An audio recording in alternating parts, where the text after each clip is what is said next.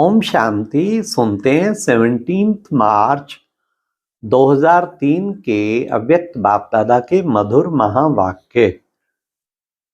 आज की मुरली का टाइटल है इस वर्ष सम्मान में रहना, सम्मान देना, सबका सहयोगी बनना और समर्थ बनाना। आज की मुरली से 4 क्वेश्चन। नंबर 1, बाप दादा हर बच्चे के मस्तक में कौन सी 3 भाग्य की लकीरें देख रहे हैं। नंबर 2, हर मानव के जीवन में कौन सी 3 बातें आवश्यक हैं। थर्ड, कौन सी प्रैक्टिस को नेचुरल नेचर बनाना है। लास्ट, सब स्थिति का सहज साधन कौन सा है। वही 4 क्वेश्चन है आज की मुरली में। तो बाबा ने बहुत ही सुंदर नेचुरल प्रैक्टिस, नेचर आत्मा आत्मा आत्मा की नेचुरल प्रैक्टिस बना दो। जैसे देह भान नेचुरल हो गया ना, बाबा कहते हैं ऐसे आत्मा नेचुरल हो जाए। तो सुनते हैं 17 मार्च 2003 की मुरली। आज भाग्य विधाता बाप दादा चारों ओर के हर एक बच्चे के मस्तक में भाग्य की 3 लकीरें देख रहे हैं। एक परमात्म पालना की भाग्यवान लकीर, दूसरी सत शिक्षक की श्रेष्ठ शिक्षा की भाग्यवान लकीर और तीसरी श्रीमत की चमकती हुई लकीर। चारों ओर के बच्चों के मस्तक बीच तीनों लकीरें बहुत अच्छी चमक रही हैं। आप सभी भी अपने तीनों भाग्य की लकीरों को देख रहे हो। जब भाग्य विधाता बाप बच्चों का बाप है तो आपके सिवाय श्रेष्ठ भाग्य और किसका हो सकता है। बाप दादा देख रहे हैं कि विश्व की अनेक करोड़ आत्माएं हैं, लेकिन उन करोड़ों में से 6 लाख परिवार कितने थोड़े हैं। उस वक्त 6 लाख थे, अब तो 12 लाख हो गए। 2003 की बात है, 20 साल बाद। कोटों में कोई हो गए ना। वैसे हर मानव के जीवन में 3 बातें, कौन सी? पालना, पढ़ाई और श्रेष्ठ मत, तीनों ही आवश्यक हैं। लेकिन यह परमात्म पालना और देव आत्माएं व मानव आत्माओं की मत पालना पढ़ाई में रात दिन का अंतर है। तो इतना श्रेष्ठ भाग्य जो संकल्प में भी नहीं था, लेकिन अब हरेक का दिल गाता है, पा लिया पा लिया। या पाना है, क्या कहेंगे? पा लिया ना। बाप भी ऐसे बच्चों के भाग्य को देख हर्षित होते हैं। बच्चे कहते वाह बाबा वाह, और बाप कहते वाह बच्चे वाह। बस इसी भाग्य को सिर्फ स्मृति में नहीं रखना है, लेकिन सदा स्मृति स्वरूप रहना है। कई बच्चे सोचते बहुत अच्छा है, लेकिन सोचना स्वरूप नहीं बनना है, स्मृति स्वरूप बनना है। स्मृति स्वरूप सो समर्थ स्वरूप है, सोचना स्वरूप समर्थ स्वरूप नहीं है। बाप दादा बच्चों की भिन्न भिन्न लीला देखते मुस्कुराते रहते हैं। कोई कोई सोचता स्वरूप रहते हैं, स्मृति स्वरूप सदा नहीं रहते। कभी सोचता स्वरूप, कभी स्मृति स्वरूप। जो स्मृति स्वरूप रहते हैं वे निरंतर नेचुरल स्वरूप रहते हैं। जो सोचता स्वरूप रहते हैं उन्हें मेहनत करनी पड़ती है। यह संगम युग मेहनत का युग नहीं है, सर्व प्राप्तियों के अनुभवों का युग है। 63 जन्म मेहनत की, लेकिन अब मेहनत का फल प्राप्त करने का युग अर्थात समय है। बाप दादा देख रहे थे कि देह भान की स्मृति में रहने में क्या मेहनत की। मैं फलाना हूं, मैं फलाना हूं, ये मेहनत की ना।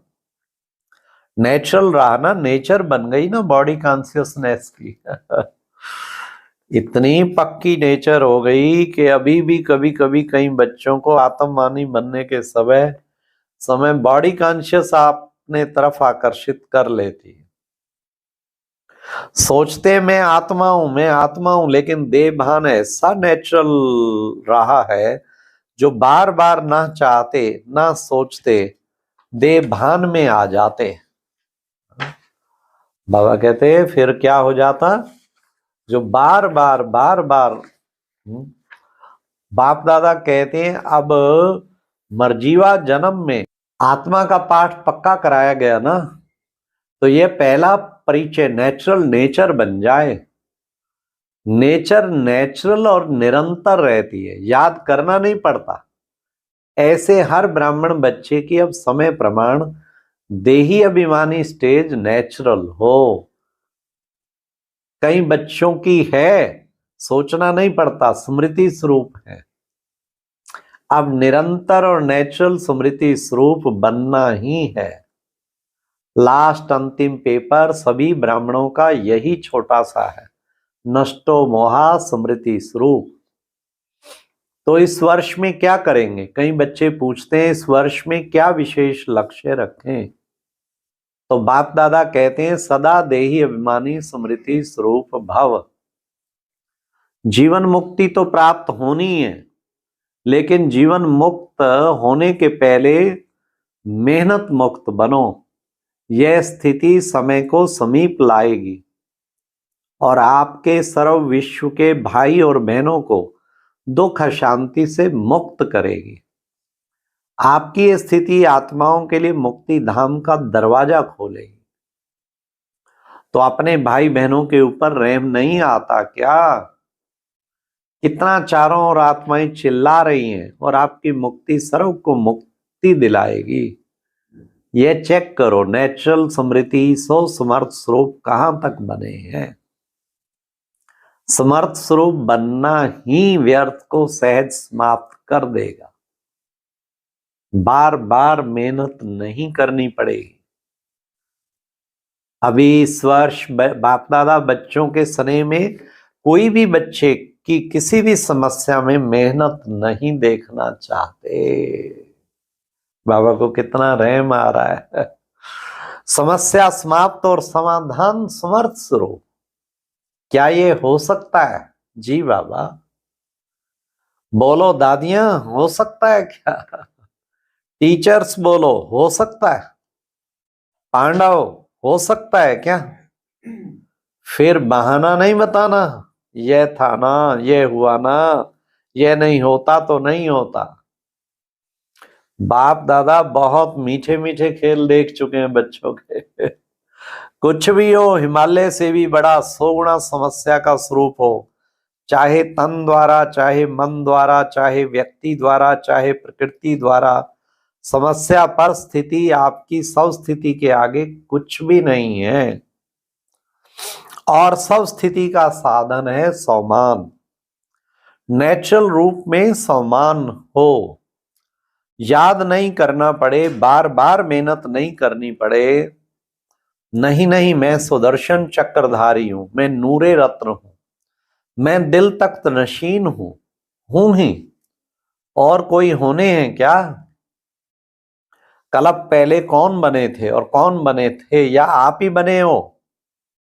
बने थे, आप ही थे, आप ही हैं, और हर कलप आप ही बनेंगे। यह निश्चित है। बाप दादा सब चेहरे देख रहे हैं, ये वही कलप पहले वाले हैं। इस कलप के हो या अनेक कलप के हो? अनेक कलप के हो ना?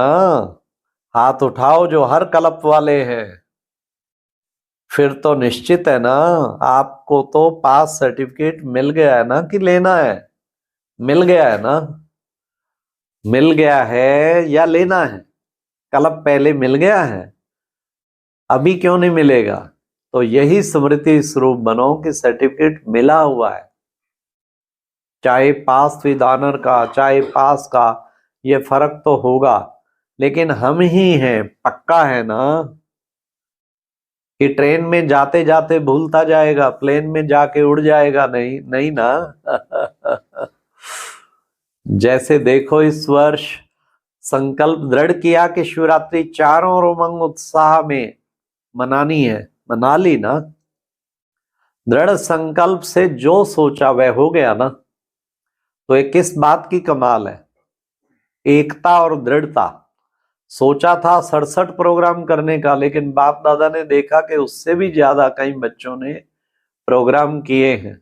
यह है समर्थ स्वरूप की निशानी, उमंग उत्साह का प्रत्यक्ष प्रमाण।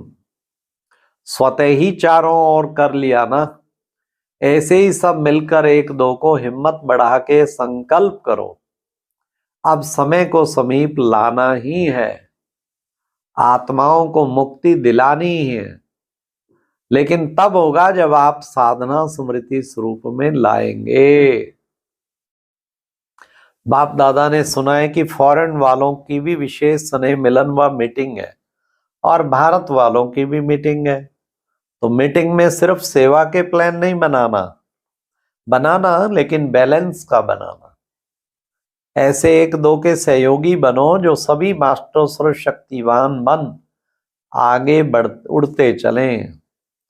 दाता बनकर सहयोग दो, बातें नहीं देखो, सहयोगी बनो। सम्मान में रहो और सम्मान देकर सहयोगी बनो, क्योंकि किसी भी आत्मा को अगर आप दिल से सम्मान देते हो, यह बहुत बहुत बड़ा पुण्य है। क्योंकि कमजोर आत्मा को उमंग उत्साह में लाया तो कितना बड़ा पुण्य है। गिरे हुए को गिराना नहीं है, गले लगाना है। अर्थात बाहर से गले नहीं लगाना, गले लगाना अर्थात बाप समान बनाना, सहयोग देना। तो पूछा है ना इस वर्ष क्या क्या करना है? बस सम्मान देना, सम्मान में रहना, समर्थ बन समर्थ बनाना, व्यर्थ की बातों में नहीं जाना। जो कमजोर आत्मा है ही कमजोर, उसकी कमजोरी को देखते रहेंगे तो सहयोगी कैसे बनेंगे? सहयोग दो तो दुआएं मिलेंगी। सबसे सहज पुरुषार्थ है, और कुछ भी नहीं कर सकते तो सबसे सहज पुरुषार्थ है दुआएं दो दुआएं लो। सम्मान दो और महिमा योग्य बनाओ। सम्मान देने वाला ही सर्व द्वारा माननीय बनते हैं, और जितना अभिमाननीय बनेंगे उतना ही राज्य अधिकारी पूज्य आत्मा बनेंगे। देते जाओ, लेने का नहीं, लो दो। यह तो बिजनेस वालों का काम है, आप तो दाता के बच्चे हो। बाकी बाप दादा चारों ओर के बच्चों की सेवा को देख खुश है। सभी ने अच्छी सेवा की है, लेकिन अभी आगे बढ़ना है ना। वाणी द्वारा सभी ने अच्छी सेवा की, साधनों द्वारा भी अच्छी सेवा की, रिजल्ट निकाली, अनेक आत्माओं का उलाहना भी समाप्त किया। अच्छा, चारों ओर के बच्चों के भिन्न भिन्न याद प्यार समाचार के पत्र ईमेल बाप के पास पहुंच गए। हाँ, तो बाबा के पास पहुंच गए। वही बच्चों का प्यार और बाप का प्यार बच्चों को उड़ा रहा है। अच्छा, चारों ओर के अति श्रेष्ठ भाग्यवान कोटों में को विशेष आत्माओं को सदा सम्मान में रह सम्मान देने वाले सर्विसेबल बच्चों को, सदा स्मृति स्वरूप समर्थ स्वरूप आत्माओं को बाप दादा का याद प्यार और नमस्ते। तो नेचुरल नेचर, सदा सम्मान देना, सम्मान में रहना, ये थी शिक्षाएं। ओम। और अभी एक बहुत अच्छी वीडियो देखने के लिए ऊपर दिए गए बॉक्स पर क्लिक करें।